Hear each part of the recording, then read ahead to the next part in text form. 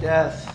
U.S. President Donald Trump made several false statements and misrepresented some facts during a contentious Oval Office meeting on Wednesday with South African President Cyril Ramaphosa. Here's a look at some of the claims made by Trump about the alleged persecution of South Africa's white minority. Number 1. There is a genocide of white farmers in South Africa. Persecution or genocide going on. This conspiracy theory has been propagated by some fringe groups of white South Africans since the end of apartheid in 1994. It's been circulating in global far-right chat rooms for at least a decade. Supporters point to murders of white farmers in remote, rural areas as proof of a politically orchestrated campaign rather than ordinary violent crime, and accuse the government of being complicit. The government strongly denies this. South Africa has one of the world's highest murder rates, and police recorded over 26,000 murders in 2024.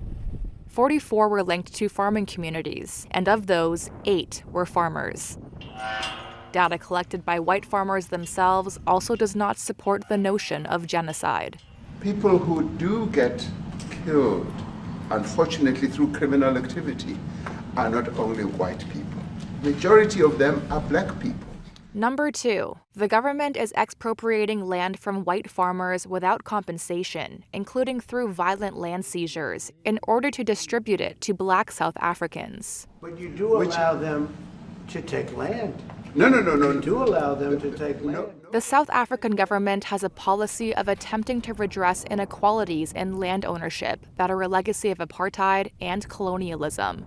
But no land has been expropriated, and the government has instead encouraged white farmers to sell their land willingly. Some 3/4 of privately owned farmland is in white hands, who make up less than 8% of the population.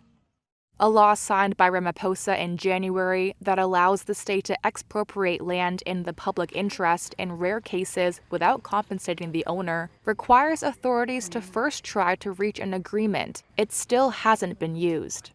Number 3. The Kill the Boer song. Trump played a video clip of the song in which some black South Africans call to murder Afrikaners. The song dates back to the resistance against apartheid. 3 South African courts have ruled against attempts to designate the song as hate speech, on the basis that it is a historical liberation chant, not a literal incitement to violence. Number 4.